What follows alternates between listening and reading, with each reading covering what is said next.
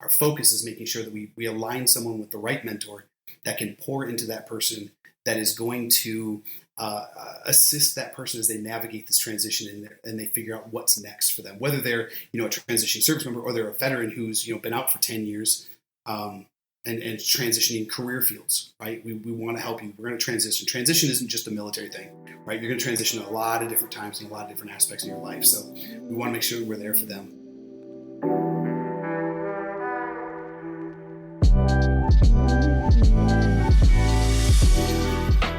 Hello, and welcome to the New Mission Career Transition Podcast. I'm your host, Chris Caprellian, and I'm joined by my co-host, sister, and talent management pro, Alexandra Caprellian. We interview service members that transition to new careers, DoD representatives, and civilian HR professionals to provide you with lessons learned you won't get in a transition class and to help you transition with confidence. On this episode, we have Eric Brew, who works for American Corporate Partners, that's ACP.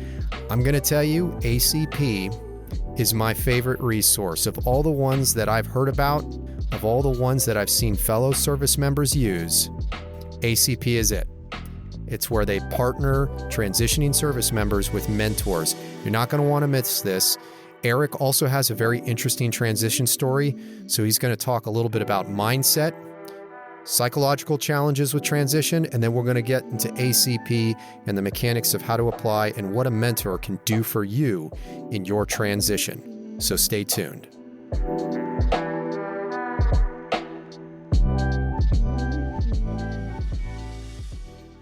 Eric Brew, welcome to the podcast. Thanks, Chris. Alex, I appreciate you guys having me on, man. I'm humbled. I'm excited. Let's get a conversation going, shall we?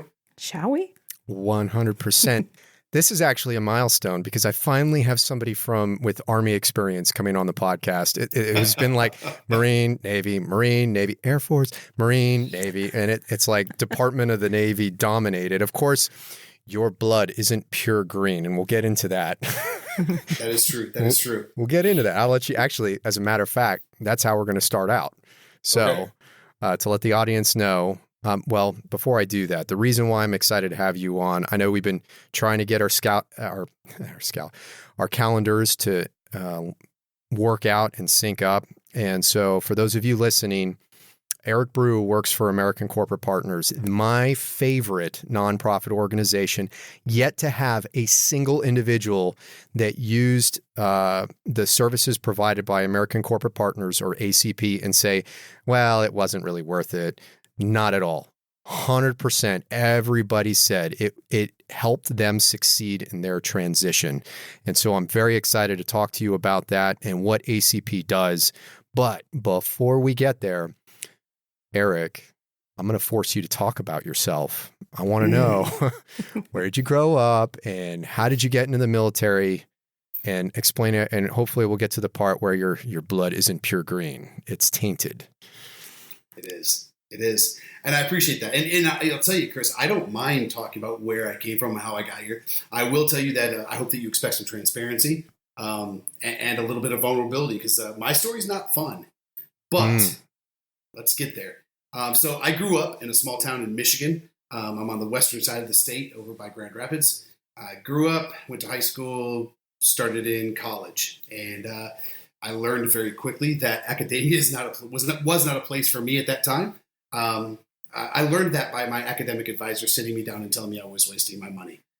That's how I learned that. Whoa. And so I left college, thinking that I was going to, go out and conquer the world at 19 years old. And a series of events happened that left me in a really precarious position. I ended up homeless. I ended up homeless in December in Michigan. And I don't know if you know anything about Michigan in December, but it's not warm.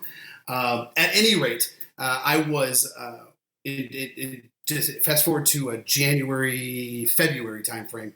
I was walking to a buddy's house in 1996 and trying to get to somebody's house just so I get some warmth.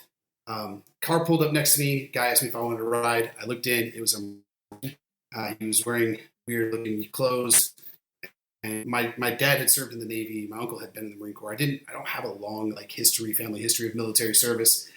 Both of them served before I was born, so I wasn't inundated with that life. But I had watched enough movies to know this guy was probably a recruiter. So I got in and I said, "Hey man, I'll take the ride, but I don't want to hear your spiel. Like, let's, here's where I'm going." And the guy was super cool. He said, "Absolutely. Let's just, I just want to make sure you get you off the street, dude. It's cold out." And when we pulled up to my buddy's house, he didn't say a word. This is cold as ice. He didn't say a word. He just handed me his business card, and I got out. I went inside my buddy's house, and I was sitting there on the couch. I was watching my hands shake and I was shivering, and I'm staring at this business card on this table, and I'm like, "Dude, you have watched your life tank over the last 15 months in a way that you never saw coming, and you're not able to fix this thing. So maybe this is what you need. Maybe this is how you get things fixed." So I called the guy up and joined the Marine Corps. I spent 4 years in the Marine Corps. I didn't get to have any of the fun that I was promised. This was pre 9/11 and it was post Desert Storm. And so there was nothing to do. I didn't even get to go on a ship. It was stupid. I got to do nothing fun. And so I got out, right? I did 4 years. I got out. I served honorably. I got out early in 2000. And I had gotten married at the time to my then wife and now my ex-wife, but I'd gotten married and I had a couple of kids. And I transitioned out of the Marine Corps with no help whatsoever. I mean, there was no assistance at all in 2000. I failed miserably at most of my jobs. I held multiple jobs immediately coming out of the military. I worked construction. I worked road construction. I worked security. I worked in restaurants. I did all kinds of crap. But then 9/11 happened. And on 9/11, I went back to a Marine Corps recruiter in California, which is where I was living at the time. I walked in. I said, "Hey, I'm back. Let me back in, coach. Let's roll." And that gentleman looked at me and said, "Hey, man, we don't take quitters, pound sand." And I was like, "No, dude, I don't know if you've seen the TV, but there's some pretty serious crap happening. So put me back in, coach. I'm ready to go. High five." And he was like, "No, we don't take quitters. Get out." So I was like, "Whatever, bro." I walked out of his office. I banged a hard left. I walked into the Army recruiter's office. I got 3 words out of my mouth, and he was like, "Yes." So I joined the Army. I had been out for a little while, so I had to go for the last 4 weeks of basic training or whatever. And then for the next 20 something years, I was an infantryman in the Army. I like to tell folks that I've been to all kinds of weird places and done weird things with weird dudes. So it was a heck of a career. But yeah, just shy of 25 years of being a knuckle dragon, barrel chested, freedom providing grunt, man. Nice. That's an amazing story. We didn't talk about that. I'm very humble beginnings, and man, you've come. I mean, it's just amazing. I'm sure thinking about where you came from and where you're at today, and how that shapes an individual. Probably a lot of hard work and a lot of blunt force trauma. Yeah, a lot of spinal compression too. Correct.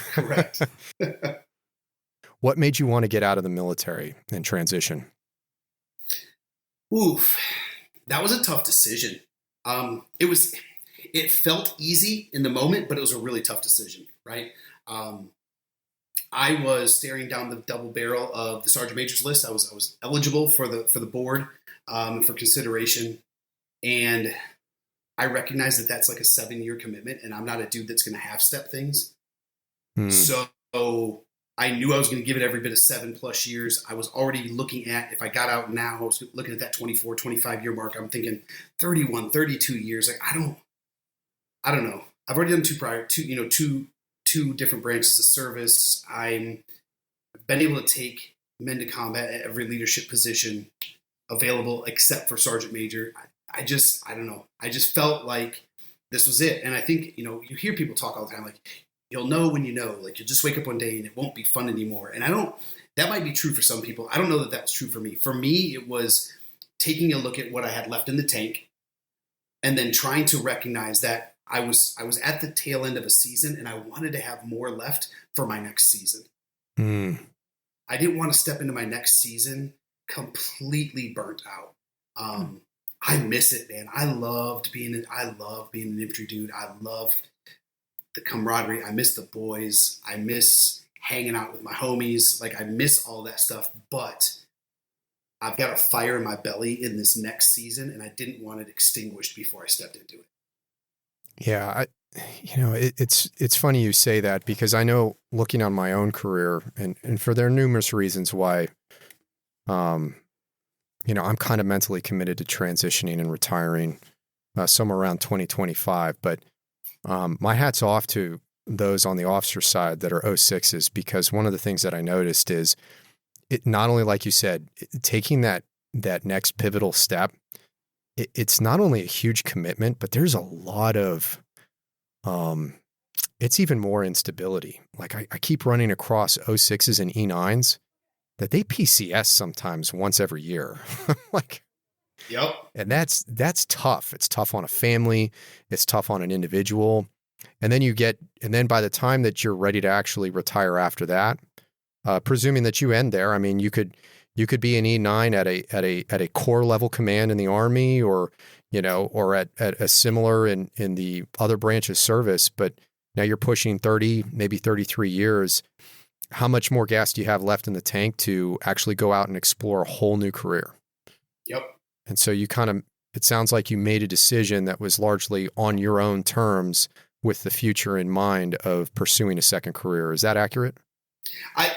Second career, I don't know that I was thinking that far ahead. I'll be very honest with you.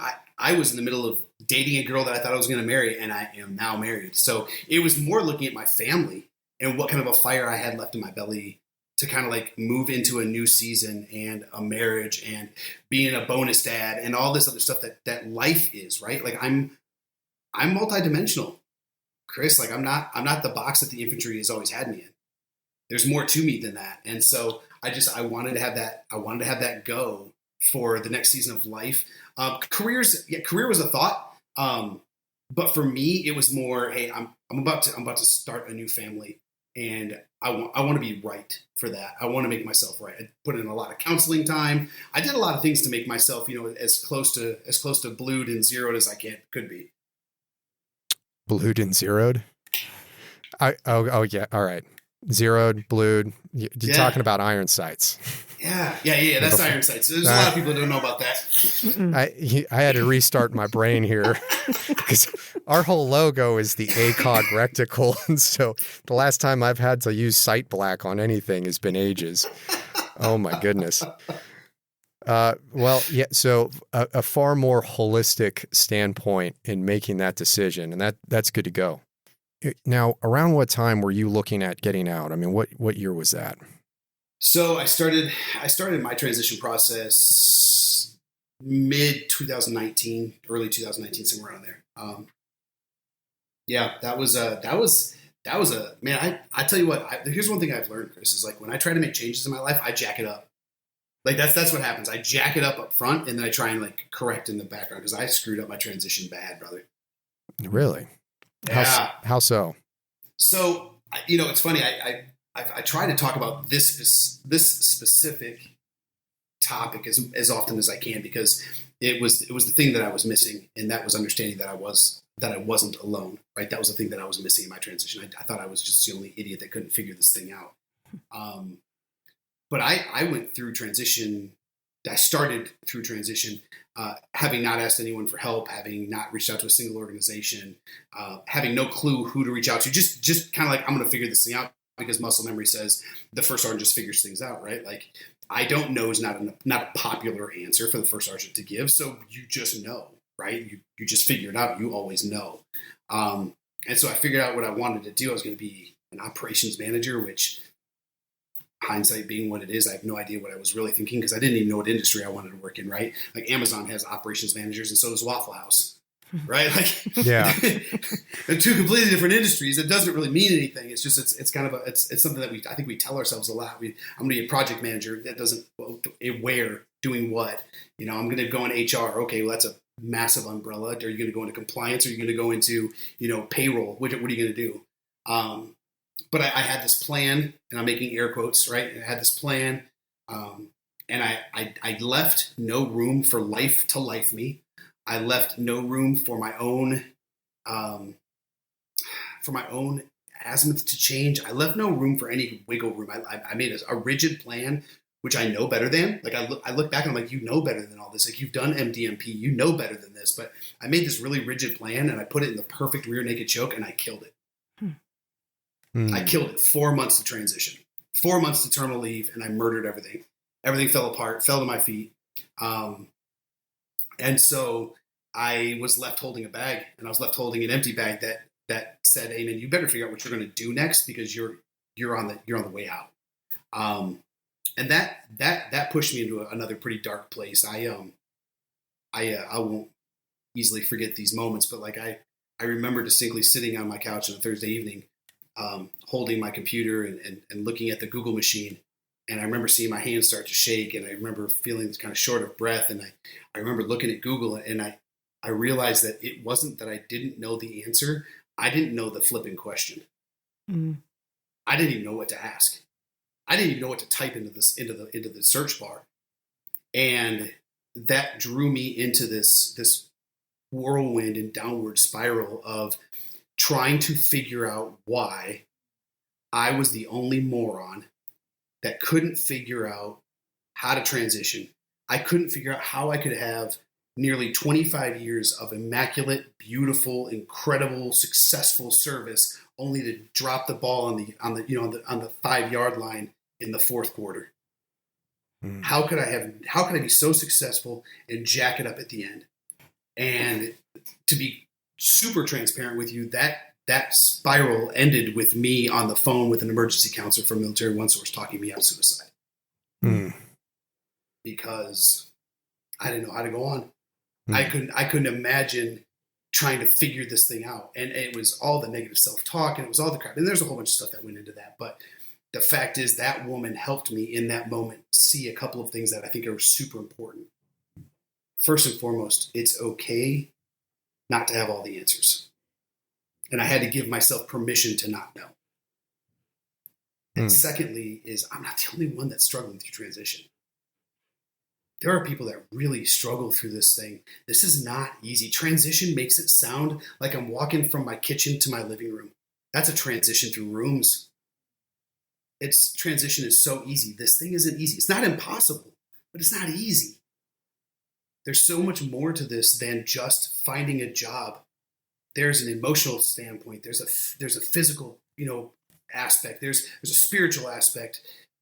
There's this thing is bigger than just, go find a job. Right. And so she helped me understand that I'm not the only person going through this and I'm not a moron. Right. I'm incredible. There's a lot that I have to offer, but what I didn't know how to do is how to figure out what my worth was outside of the uniform. So it very closely tied to your ideas of what your self-worth was and who you were as a person. I think that's what you're kind of explaining, right? It's not just about a job. It's like a whole new identity. Yeah. And it's all of these underlying assumptions about who we are. It's like, well, I am my rank and I'm the senior enlisted advisor. It's not allowed for me to say that I don't know I don't know what the question is. And so and then when you strip that away, that's like severing an appendage. Yep.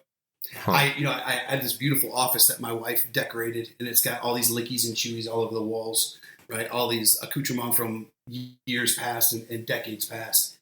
And what that has become, it used to be, what that used to be, right? When I was in the service, I used to hang this stuff up in my offices, and it used to be those badges of honor and those kind of like, hey, this is where I've been and this is what I've done, so that when people walk into my office, they see it and they know who they're talking to, right? And what I've loved about this transition, for me at least, is I've been able to look at this accoutrement and look at all this stuff hanging on the walls, and it has become simply a reminder of how I got to where I am. That's it. It doesn't hold any more power than that. It has value.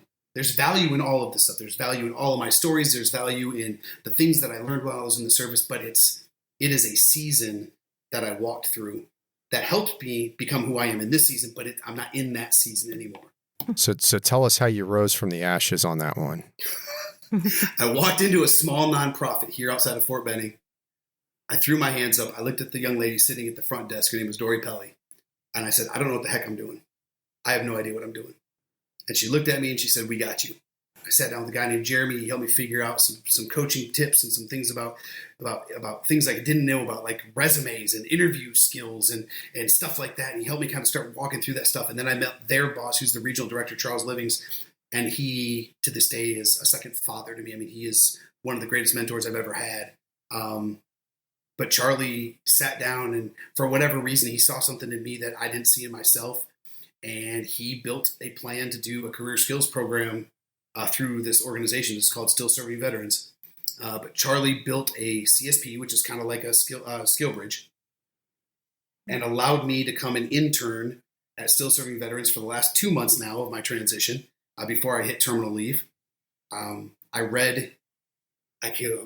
be lying if I told you I knew how many books I'd read on veteran employment, how many articles, how many interviews I did with people and mock interviews and all this stuff that Charlie put me through to make sure that I understood more than I ever understood before about what it takes to come out of the military, transition, transform, and then become a thriving member of society, right? In the civilian employment. But he taught me all this stuff so that I could coach others, because the day I went on terminal leave, Still Serving Veterans offered me a position as their transition program manager. Nice. So I immediately was able to start giving back. And I'm so glad that my career went the way it did, because like I said earlier, I wanted to make sure I had fire in my belly. And originally it was for my family, but it turned out to be I needed fire left in my belly for my brothers and sisters. So I started my first job outside of the military was a veteran nonprofit helping folks understand transition and walking them through resume writing and interview skills and salary negotiation and all that good stuff. And I'm guessing because you came from a dark place during your transition, and then had people help you find clarity in what it is that you wanted to do in the future. I'm sure that, because I'm looking, and I tell everybody this, I troll their LinkedIn profile, like hashtag veterans helping veterans. That's kind of been not just knowing from the brief conversations we've had, that's kind of the theme of your career. Yes. You found a new mission in helping our brothers and sisters in various different colors of cloth, but helping them get out too. And mad respect for that. You worked with Still Serving Veterans, and where did that take you? So I guess it was just over 2 years in. In that 2 years, I had worked really hard to build a great network of my brothers and sisters and fellow veteran advocates, and just people that I built and cultivated great relationships with. One of those people, her name is Leslie Coffey, and Leslie is the Vice President of Military Engagement at ACP, American Corporate Partners. And about 16, 17 months ago, she reached out to me and she said, "Hey, Eric, I'm building a position for ACP. Doesn't exist. We're going to build it. But I'm going to use your resume to build it because you're the only one I want to hire. It's either you or your twin." And I don't have a twin, so I felt really kind of pigeonholed at that point. I was like, well, I guess it's got to be me. But I asked her, I said, who else are you going to interview? And she said, unless you say no, I'm not interviewing anyone else. So that was super humbling. But ACP brought me on, and I got to work side by side with, working with Leslie Coffey is like playing basketball with MJ every day, or doing batting practice with Mickey Mantle. It's incredible. It's watching her work. And watching her heart for the veterans and the military spouses and transitioning service members is just incredible. So, but I came on board. She's my VP. She's the Vice President of Military Engagement. I'm the Manager of Military Engagement. And so together we're kind of like the 1-2 punch for outreach and for making sure that folks know about ACP and what we bring to the table and what we can do for them in their transition. All right. Well, sweet. That brings us up to present day. So with that, tell us, because some people probably don't know what ACP is. So can you give us an orientation on the ACP's mission and the services they provide? Absolutely. One of my favorite subjects, right? Like you're giving me these softballs. It's easy. So ACP, first and foremost, is a veteran nonprofit. So we're a 501c3. We have a mission to connect transitioning service members, veterans, and eligible military spouses with industry professionals, mentors, right? So folks that are in the industry that are standing on a landing zone you want to get to, we're going to connect you and we're going to hook you up with a year's worth of mentorship with that one individual. We ask for, one phone call a month. Usually it's about an hour. So what I tell our folks is, you're going to spend more time in the drive-through or, standing in line at Starbucks in the course of a year than you are in your mentorship if you do the bare minimum. But it's an organization, and really we play in one sandbox, right? That's mentorship. We are not a staffing agency. We are not a placement agency. However, the beautiful byproduct of career coaching and mentorship is always going to be employment, right? That's going to be the thing that we're kind of looking for as an end state. It's just not our focus. Our focus is making sure that we align someone with the right mentor that can pour into that person, that is going to assist that person as they navigate this transition and they figure out what's next for them, whether they're, a transitioning service member or they're a veteran who's, been out for 10 years and transitioning career fields, right? We want to help you. We're going to transition. Transition isn't just a military thing, right? You're going to transition a lot of different times and a lot of different aspects of your life. So we want to make sure we're there for them. But yeah, we match them up with someone in their career interest. And then, all of our mentors are voluntary. They're volunteers. So, which is kind of cool. But what I really like is, and I think you and I talked about this a little bit, this ACP, American Corporate Partners thing. It's not just corporate, right? It's not just corporate America. I understand what it sounds like, and we partner with 120 Fortune 500, Fortune 100, even a couple of Fortune 50 companies. And the mentors come from within those companies. So, there are people that work for Major League Baseball or Amazon or Nike or Campbell's or Bank of America, and the list goes on and on. And that's where 80% of our mentors come from, is those corporate partners. But we have a little over 20% of our mentors fall under what we call our citizens program, which is law enforcement agents and teachers and healthcare professionals and DOD employees and you name it, real estate agents, entrepreneurs, these little niche fields that you really, you're not going to see maybe a corporate tag attached to. But they make up about 20% of our mentors. And what's cool is there's really not an industry we don't touch. As a matter of fact, we had a protege come through who really wanted us to help him find a mentor because he wanted to start his own farm. And admittedly, that did set us on our heels a little bit. We were a little concerned at first. Mm-hmm. However, what we had in our role is we had a Bank of America mentor who was an executive and worked remote and ran his own farm. And so the same mentor who previously had mentored in the finance world for us, right, had mentored folks looking to go into finance, just pivoted in what he was doing. And now he's helping this young person figure out the logistics of starting and running a farm and what do taxes look like and all of this other stuff that, I would never think of because I never ran a farm. But this person is helping them and they're thriving and figuring out how to do this for themselves.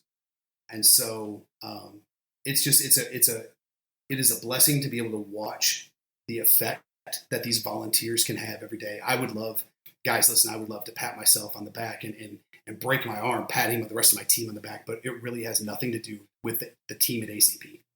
Don't get me wrong, their hearts are pure, they're a great team, but the secret sauce is really the volunteer mentors that show up. We survey our mentors frequently and ask them, and one of our favorite questions to ask our mentors is, why are you doing this? Like, why are you volunteering your time? And by and large, the number one answer consistently is, I'm tired of just saying thank you. Mm-hmm. So it's that gratitude in action. They want to do something that shows our community they're thankful. Because like 86% of our mentors have never served. You don't have to be a veteran to serve, to mentor in our program. As a matter of fact, I'll be honest, I didn't want a veteran to mentor me when I came through the program. When I finally decided to go through the program and I went through ACP, I didn't want a veteran. I didn't have a civilian teaching me how to be a soldier or a Marine. I wanted a civilian. I wanted somebody that could teach me what it was like to be on that side. Best decision I ever made because my mentorship's long over. And I talk to Gwen all the time. Her favorite question to ask me is, what's your growth plan? I hate that question, but she asks it all the time. And so I've got to give it to her because she's my mentor, right? And when she asks me, what's your growth plan? I got to have it. So I got to figure out what my growth plan is. I know when she calls me on the drop of a dime or she shoots me a text, I got to have an answer for her. Mm. Yeah. So for some individuals that don't quite understand the benefit of a mentor, and I know that I mean, you're probably one of the challenging things of transitioning, which is different today than maybe it was, maybe even 3 years, but definitely 5 to 7 years ago. Is there's a plethora of resources out there. It's almost difficult to figure out, well, where am I going to invest my time and energy? And I think, and maybe you can expound on this, but a lieutenant that I know who was in my unit ended up getting partnered with. And I think this is an awesome vignette because it's gold in disguise. He had a degree in finance or accounting, and he wanted to go into the finance industry. And so he went to ACP and he got partnered, and it was unusual. He got partnered with a mentor that was based somewhere in Europe. I want to say almost Switzerland, but he was like a fund manager or on a management, I mean, like pretty impressive position, and explained to him after they had a conversation that the very job that he wanted to do was outmoded by software about 5 years prior to that. Mm-hmm. And not only told, and now sometimes the information you want to hear is like the tough information because you've been concocting in your mind, this is the thing that I think I can do. But the coaching conversations that they had after that helped him, like right off the bat, understand the corporate lexicon, the terminology. Like how many times, if you're in the military, you look at a job posting and it's like, oh my gosh, I don't even understand some of the words in this job description, let alone the systems. I mean, that's what a mentor is there to help you with, right? Absolutely. And I'll tell you, you just hit on a key piece of this, and that's a communication barrier, right? When we look at, and this is based on a study by the U.S. Chamber of Commerce back in 2016, when we look at the veteran population who exit the military, right? 200 to 250,000 service members, we learned that 86% of those folks have no idea what it is they want to do when they grow up. We know that 84% don't know how to engage with hiring managers and don't know how to network with employers. We know that 81% have no idea how to translate their military experience into that elusive language of civilianese. Right? We understand, and those are the big effects of transition.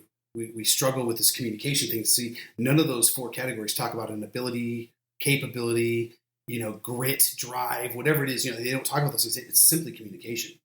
How do I take my years of service and what I did in the military and translate it into a language that 93% of Americans speak? And how do I say that I'm worth more and I bring more to the table than the uniform? So agree with you that we as military folks, we as transition service members, we look at these job announcements and we're like, I have no idea what the heck that means. Or we look at it and be like, yeah, I can do that. And in truth, we can't because we don't know what it means, right? The same is said for when we try to talk to our civilian counterparts about what we bring to the table. When we start talking about, Ranger School and Air Assault, or we start talking about MCCC, or we start talking about, these different, and employers are shaking their head like, with a blank stare on their face because they don't know what any of that means. And unfortunately, what we hear is it doesn't matter. Like nothing you did matters. You got to translate everything. You got to do this. It doesn't matter what you did. What you did doesn't matter. No. What you did does matter. But how you sell it and how you say it matters more. It's like the Rosetta Stone, right? From military to civilian. I want my brothers and sisters to hear me clearly. Like I do not want you to give up your veteran heritage. You are part of 7% of the country. 93% of this country have never donned a uniform. You are a part of a very small cool kids club. I don't want you to lose that. I want you to be able to walk out in the backyard at a bonfire with the boys and have an adult beverage and a cigar and talk stories and laugh and cry about the good times and the bad times. But what I want you to do is I want you to be able to wake up the next day, go into your civilian employment, and thrive as a counterpart, as a teammate with a bunch of civilians in an environment that looks nothing like the military. I don't want you to give up your hometown language. I just want you to become bilingual. That's it. We just got to become bilingual. We just got to be able to speak 2 languages. And we do it all the time. Believe me, as I did not speak to the commander the same way I spoke to the boys. I know. Right? Like, I am bilingual. You shouldn't do that. I mean, I have. It didn't work out well. I have. those are moments of passion, right? That's why I call them. They're moments of passion. Moments of passion. But I know how to be bilingual because I've been doing it my whole career. I just need to adjust it now. See, that's the thing. Like we've got all the tools inside of us. We just have to figure out how to repurpose them. They're still valuable. They just need to. I need to use it for a different thing now. And so I might need to shift it up a little bit. I might need to make some tweaks. But for any one of us that have led, or been on a mission outside the wire, or who have done any kind of training, like we all know that like the best plans don't survive first contact. So we figure out how to adapt and overcome. It's kind of the problem, in my opinion, with the military. The reason we don't get bigger, better, newer, cooler toys is because we consistently show that we can do more with less. We consistently prove that over and over and over again. We keep showing everybody that if you just give us the crap, we still win. Or we get put into a position that we were never formally trained for, and we still find a way to make it happen. Exactly. I'm getting recruiting flashbacks. Yeah, right. So it's such a space to get into mentally and emotionally when you can sit back and realize that you are bringing forward incredible tools with massive weight and huge value. If you could just figure out how to make them work in the civilian world. And that's where a lot of us struggle. That's where a lot of that's where we get the 44% of all of us service members who get out will have a second or third job inside the first year post-military service. That statistic comes because we don't land well. We don't land in the right career field. We don't land at the right culture. We don't land at the right position fit. We don't have the right salary fit. We haven't found any kind of alignment with what we need or what we bring to the table. We don't find alignment in what we want in our future. And so we just take a job. And then the ripple effect of that, though, is that our spouses who have followed us for 4 or 34 years, who we said, okay, I'm getting out. This is our forever home. We're in San Antonio. This is it. And then the job falls apart. And now we're moving to Tampa. And guess what? Just broke a promise. And we both feel it. I feel like I let you down. You feel like I let you down. Like there's all kinds of stuff that happens. That what about our kids who are told you're finally going to finish one school? Like you're going to be a freshman, you're going to graduate, but we got to move because the job didn't work out. There's such a ripple effect to how we go through transition. We have to treat it with respect. And so having somebody on there that helps essentially not only translates what you did in the military and help you figure out, kind of things that align with your values, your interests, and your skill set and your needs, that they essentially help you cross the gap, right? Absolutely. So you're not taking a left when really what you really wanted to do but didn't know it was take a right. And they're there to help you figure out that process. Absolutely. And I'll tell you what's beautiful about that too is, and I tell my teenagers all the time, right? Don't take dating advice from your friends, right? Because they're idiots too. And I don't need you taking dating advice from your friends, right? My wife and I, we don't take marriage advice from other people who have been married a year, right? Because we're all in the same season. I want my mentor to be a season or two ahead of me. I want them to have already traversed the ground that I'm in, been successful, and be on the next level. So when you're talking about transition and you're talking about career mentorship, that's the same thing. And personally, and this is just, I tell people all the time, I give the world's greatest advice, but a really good synonym for advice is opinion, right? I've got a great opinion. But that was why I didn't want another first sergeant telling me how to transition. I need somebody who doesn't think like me, who sees the world through a different lens, and who's already traversed a lot of the ground of civilian life, right? Maybe not necessarily the transition piece, but the civilian life. So when I want to go into nonprofit, I picked a mentor who's in nonprofit. She's been in nonprofit for as long as I've been in the military. So she's got a plethora of experience. But she's also from a completely different side of nonprofit. She works in nonprofit, but she's in philanthropy, right? She works in fundraising. That's not something you ever want Eric around. Eric is not a good fundraiser. I don't want to do that. But I do want your perspective on what it means when I bring you a problem set. And I say, okay, this is what I'm dealing with. What would you do? Because her answer is going to be different than mine, but it's going to provide me a diversity of thought. Nice. Okay, so you got me sold. Well, you had me sold a long time ago. Okay, but let's get down to the mechanics. All right. Okay. So let's say the listener right now is like, oh yeah, okay, I'm sold. where do they start? Okay, so we start with www.acp-usa.org. You're going to go to that website. You're going to find either the veteran or the military spouse application, and you're going to fill out that application. That application is lengthy, but it's lengthy for a reason. I need you to hear me clearly. Trust the process. Okay, so you're going to fill out the application. You're going to be as detailed as you can. It's going to ask you a whole bunch of things about what you want to do and what you're bringing to the table and some of your background stuff. Be as detailed as you can. I'm going to pause here and say, if you are one of the 86% of people who don't know what you want to do when you grow up, I need you to tell us that. Because ACP has a ton of mentors who actually prefer to help you walk the dog and figure out your why. They help you figure out what's next. So it's not just about people who are laser focused and I want to do this and this is what I'm going to do and this is the career in the industry and I'm going to go for it. We have a ton of mentors who just want to help you figure out what's next. So when you get on that application, if you don't know, tell us.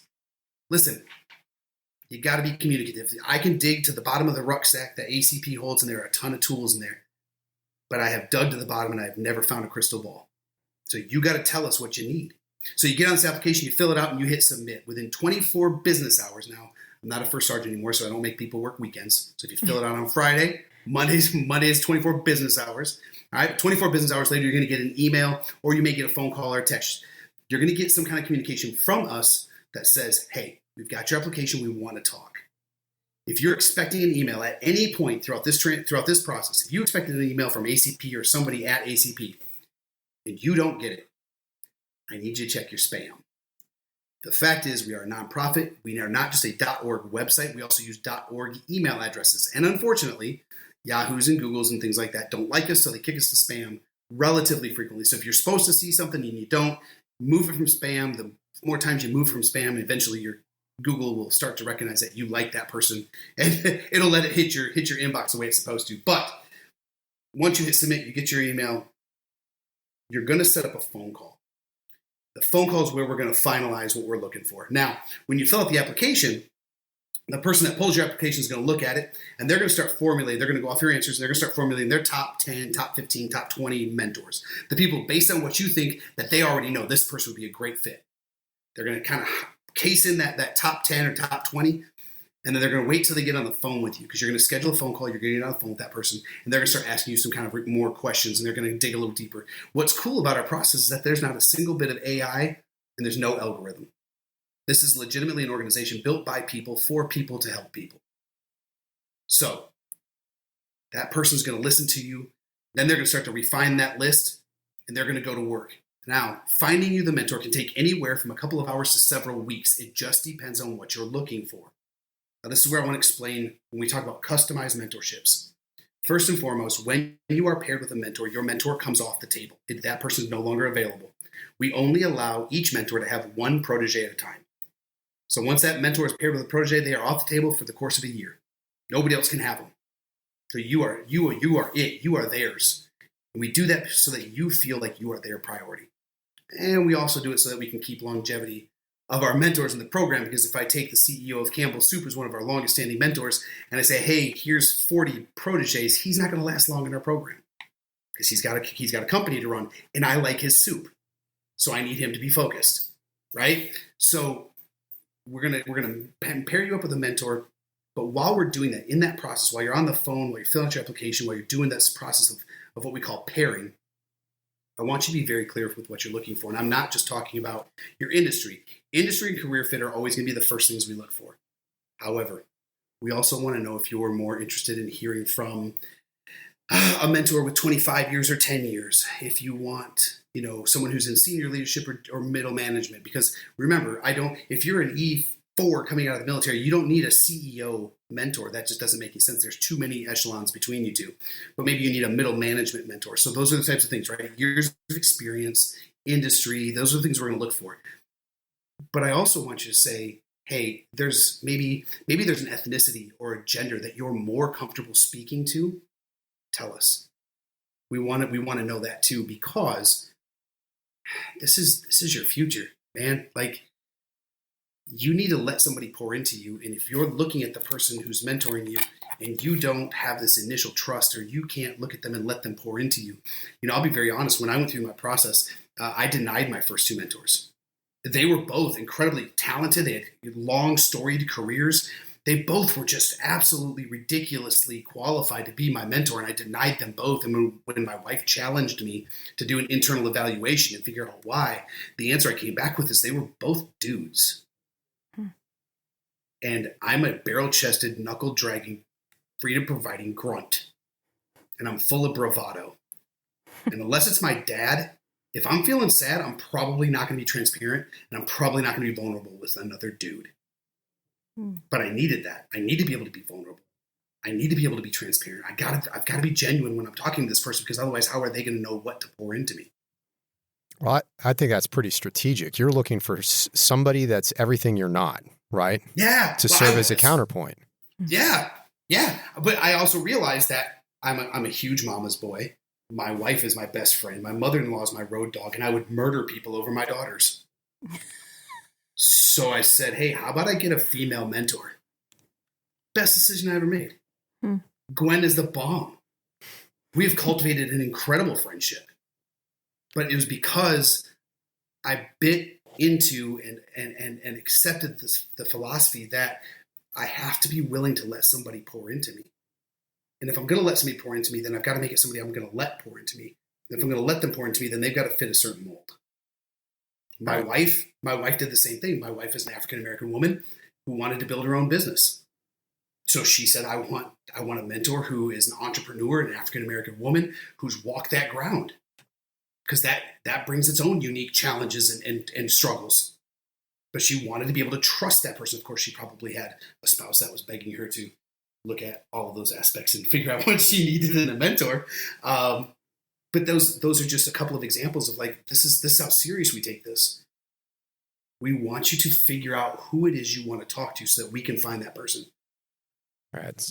I want to be conscious of the time that we've got, and this is great information. I'm going to ask you one more question before I turn it over to Sis, who's got a couple of questions. But okay. So you get partnered with a mentor, and you're going down this coaching experience, this mentorship experience, and you can use it for 12 months.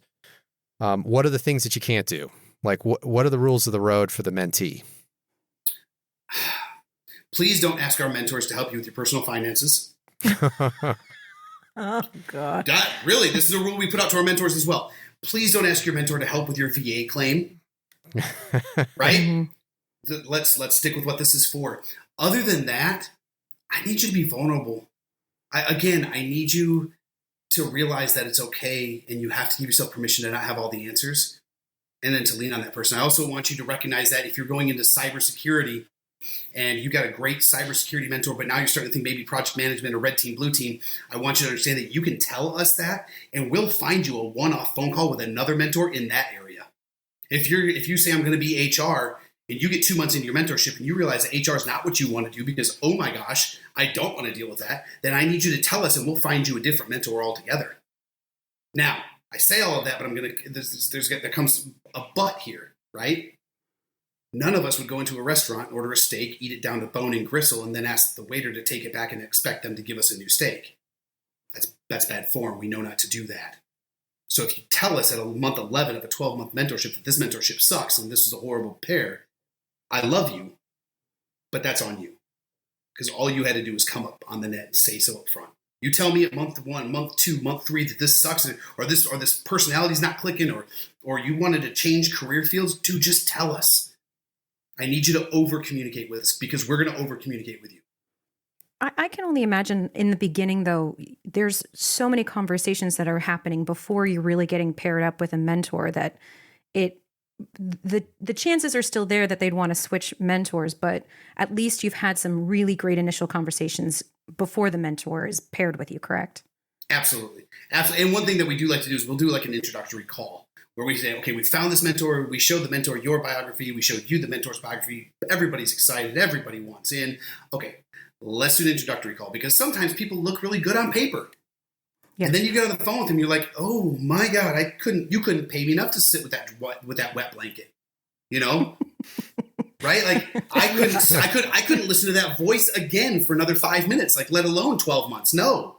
Yeah. That's okay. But yes, there are plenty of opportunities for us to say, hey, can we revisit this?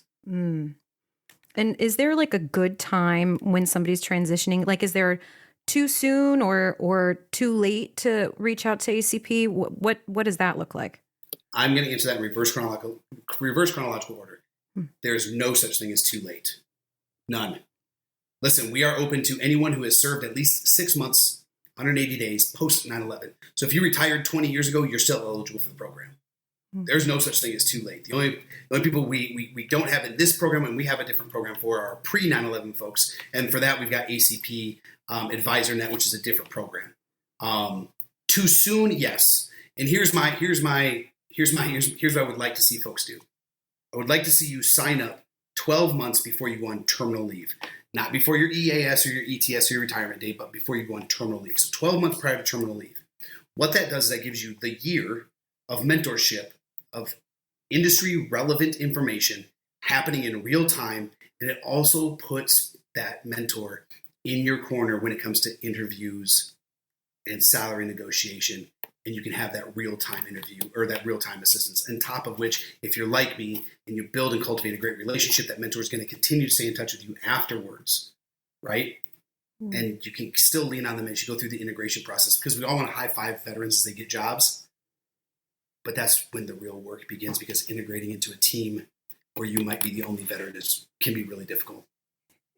Yeah, no, I when you were talking, and I was just thinking of so many conversations I've had with multiple people that are coming into the organization that I work for, of this horrible imposter syndrome feeling, like coming in and feeling completely anxious about doing something that they feel that they might not have any experience in doing. And then the project ends and they feel okay about it, but then the anxiety really hits in again. And then the horrible feelings of somebody could have done this better. And then, wham, bam, you feel like an imposter in the work that you're doing. I can only imagine that's some of the things that the mentors are hearing from people that are calling in as well.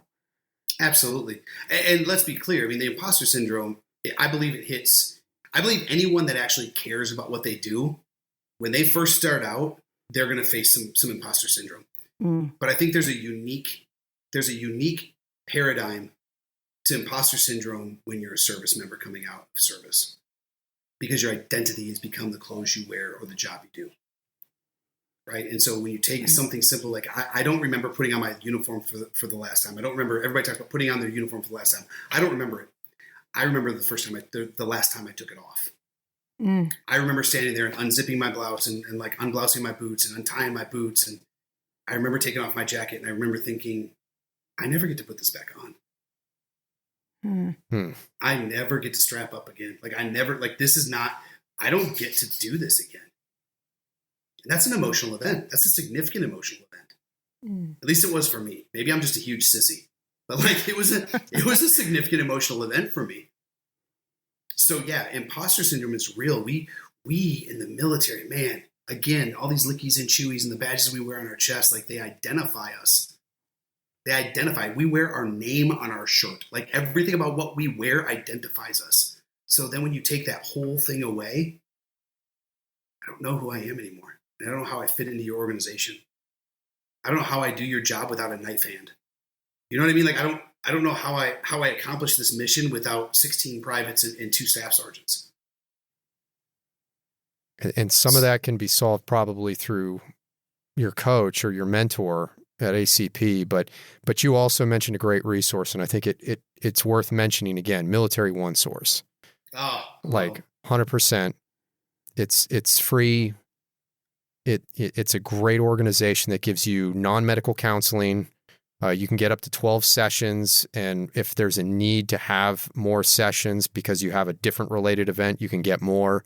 But there are resources out there to help you through that process. I've referred service members to it, and again, a lot of great things coming out of that. So certainly something worth mentioning again. Hey, we're getting close to the time to wrap up, and so I want to give you an opportunity to give some of your final thoughts. Are there a couple of things that you want service members to remember as they embark on their own transition in a significant, not only career change, but a lifestyle change? Yeah, I think, Chris, I think the first thing I've got to make sure that people understand, and I know this has been said a couple of times, and I don't mean to beat the proverbial dead horse, but you have to give yourself permission to not have all the answers. You almost have to look yourself in the mirror and give yourself, physically say it out loud and give yourself permission to just not know. Because when you take that power of I'm acknowledging that I don't know, it gives you the power to go find the answer. So give yourself permission, look yourself in the eye, give yourself permission to not know. Because there's a ton of us out here that don't, and you're not alone. Second thing I would tell you though is almost going to sound contrary to that, but the truth is you need to take care of your transition by becoming the CEO of your transition. You need to be in charge of your transition. Your transition belongs to you, it belongs to no one else, it belongs to you and your family. And when CEOs are in charge of companies, they hire people around them to lift up them and lift up the organization and move it forward. They hire great CFOs, they hire great COOs, they hire great HR folks, they hire great people around them. And so what I would encourage all my brothers and sisters to do is to surround themselves with people and organizations that are going to lift them up and move them forward, but understand that not a single other person or a single organization needs to care more about your transition than you do. You have the most skin in the game. You have the most to lose, so you have to be in charge of it. You cannot expect people to come to you. You cannot expect people to give to you if you don't go get it. You've got to take a proactive and an active role. You got to take a proactive approach and an active role in what you're doing. So be the CEO of your transition. Be in charge of it. Surround yourself with great people, but recognize that you have to care more than anybody else. Where can people find you if they have additional questions? And then tell me once again what the URL is for ACP. Sure. ACP is at www.acp-usa.org. And we're also on LinkedIn. We got almost over 65,000 followers on LinkedIn. We've got a private group called ACP Connects, which is awesome. That's got just over 14,000 followers. That's the ACP Connects is where we have our corporate partners drop their job announcements, and mentors get in there and drop nuggets, and the staff gets in there and drops nuggets. And it's just kind of where we build community on LinkedIn. The ACP LinkedIn page though is where we have our webinars once or twice a week. We have great webinars that come on with one of our partnered companies. We just had Major League Baseball was on and did a great session about the organization, what it's like to be a veteran that works there and stuff like that. But if you want to find me personally, you can reach me on LinkedIn. That's where I hang out most. You can just look up Eric Brew. It is I'm the ugly old white bald guy with the beard, hanging out. Lots of tattoos, but because I'm the quintessential infantry guy, right? Yeah, man, find me on LinkedIn. I love connecting with people. I'm a big fan of building, cultivating relationships, and I just want, if there's anything I can do to help anyone out or add value to what they're going through, or even if somebody just needs to hear again that they're not alone, hit me up. I'm all about it. Great. And then last, because I'm not going to let you leave before you talk about it, you're also a podcaster. I am. I'm a baby podcaster, though. I'm brand new. No. It's like, oh, I'm a baby podcast. Whatever. Tell me about the podcast and where people can find it. Yeah. So Vet SOS, just like you would experience, you'd see SOS at S.O.S, which ironically stands for sharing our stories, right? So Vet SOS hangs out and kind of exists to share our stories. We are about throwing a lifeline to people who may be just drowning in that sea of transition, right? So we don't want you to drown in that sea of transition. We want you to reach for the lifeline of Vet SOS. But we're out here to share our stories. We are on all major platforms. We always do a LinkedIn post that has our episodes on it. But again, yeah, I really am a baby. Like, I've only done 5 episodes. This is season 2 for Vet SOS. They've been around for a year. They've got 1 full season under their belt. But Sean Welsh is a dear friend of mine. Him and his former partner did the first season, and then his partner needed to kind of step away from the hosting piece. He's still very much involved, and we love him dearly, but he needed to step away from the hosting piece, and so Sean asked me to step up and jump into season 2, and I'm looking forward to season 6 and 7 already, just because I'm having a blast. But this podcast is just about reaching people, and I think that's what I love about this veteran community, right? Other podcasters like you guys, Vet SOS, and so many others, is that we in these organizations and these veteran advocates that are out here, we have an opportunity to stand shoulder to shoulder and advocate, and to show the rest of the world what it means to be a family and what it means to take care of each other. Well, Eric, I want to say thank you for what you do. I mean, not only taking off the uniform, but making a career in helping transitioning service members and veterans and their family members. You're making an impact. You made an impact while in uniform, and the things you're doing will continue to have an impact and have a positive impact on the lives of everybody that goes through ACP and benefits from their services. And folks, check out Vet SOS. We're going to put everything that Eric said in the episode notes. So if you're Jack and Steel or going for a run, why not? Just let it ride. Give it a shot. Eric, thanks so much for coming on, man. I really appreciate you sharing some great information. I certainly hope some listeners are like queuing in and saying, you know what? I should look into that. Yes, you should. All of you should. I'm going to. It's a great service. I love it. Man, listen, I am humbled. I genuinely honored to be here. Love you guys. And yeah, thanks for having me on, man. This was fun. Thank you. All right. Thanks, Eric. I'll be in touch. Sounds good, man. I look forward to it. And Eric has left the virtual studio. So check this out. And I checked with him. Fun fact. Yeah. Tom Hanks was a mentor on ACP, helping a transitioning service member that I think wanted to go into producing film. Tom Hanks. Like, it's almost like, who do I have in the lottery? You know, like what's the magic number that I'm going to get when I submit my application? I mean, how do they do it? Yeah, I don't know. Can you even imagine? I don't even know what I would wear. Is that a video call? God, I hope it's not a video call. Yeah. Like, what are you supposed to do? Do they give you a heads up at that point? Jeez. I don't know. Get nervous wreck, sweating bullets. Yeah. Yeah. Well, you know, it's funny. He mentioned that maybe you should become a mentor. You do a good job. Yeah, we'll see. But then you got Tom Hanks and little old me. What does he know? You got this. Yeah, right. What does he know? Yeah, just a guy in front of a look. You work in HR. You work in HR. You work in Manhattan. You're not service member. You speak English. You speak it. I speak people. We speak acronyms, and we don't even remember what they stand for. I gave up asking the question of what an A4, G5. I don't even know what any of this stuff is. I just stopped. A4, G5. Okay. Well, I don't know. I have no idea. I'll tell you later. Any saved rounds or final thoughts? What he was talking about and the struggles that he was facing, and even saying, not even knowing what to even Google, and the call that he made at that moment, the amount of self-awareness he had, even if he didn't know what he wanted, he knew that what he needed.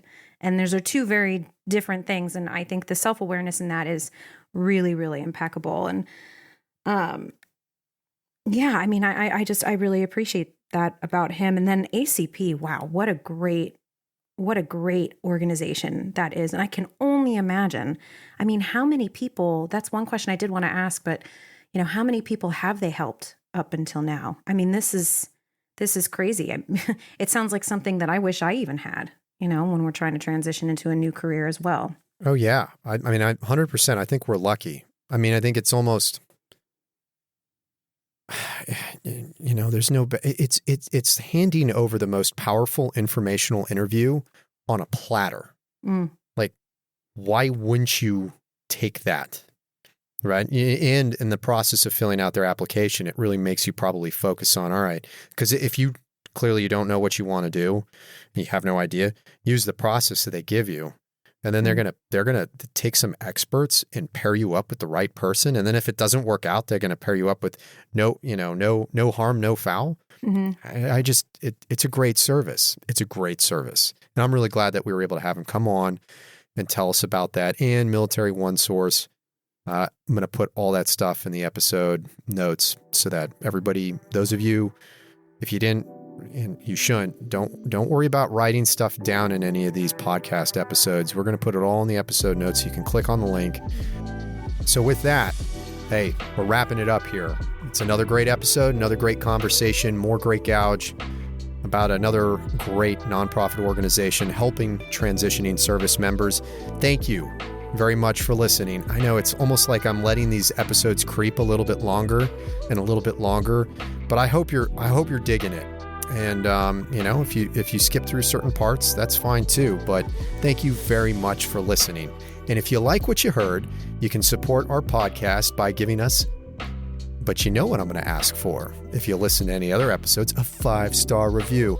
I'm telling you, the data analytics, they kick our butt. Help us get ahead of the power curve. Give us a 5-star review so that we pop in search feeds a little bit easier for service members that are trying to find relevant transition information. You can also find New Mission Career Transition Podcast on not only the platform that you're using, but probably other platforms. Sometimes you might use Spotify. Sometimes you might use Apple. Am I on my iPhone or am I on my computer? Is the DoD system I'm on blocking Spotify? Guess what? They block Spotify. I just found that out. Hey, we're on all of them. And you can follow New Mission Career Transition Podcast on Instagram at New Mission CT. That's New Mission Charlie Tango. We would love to hear your feedback. You can DM us on Instagram or shoot us an email at newmissionct@gmail.com. We'll get back to you as soon as we can. Love to hear your feedback because we constantly want to make this process and the information that we provide you as good as we can make it. If you're preparing for your own transition, know that I'm right there with you. So until next time, stay focused.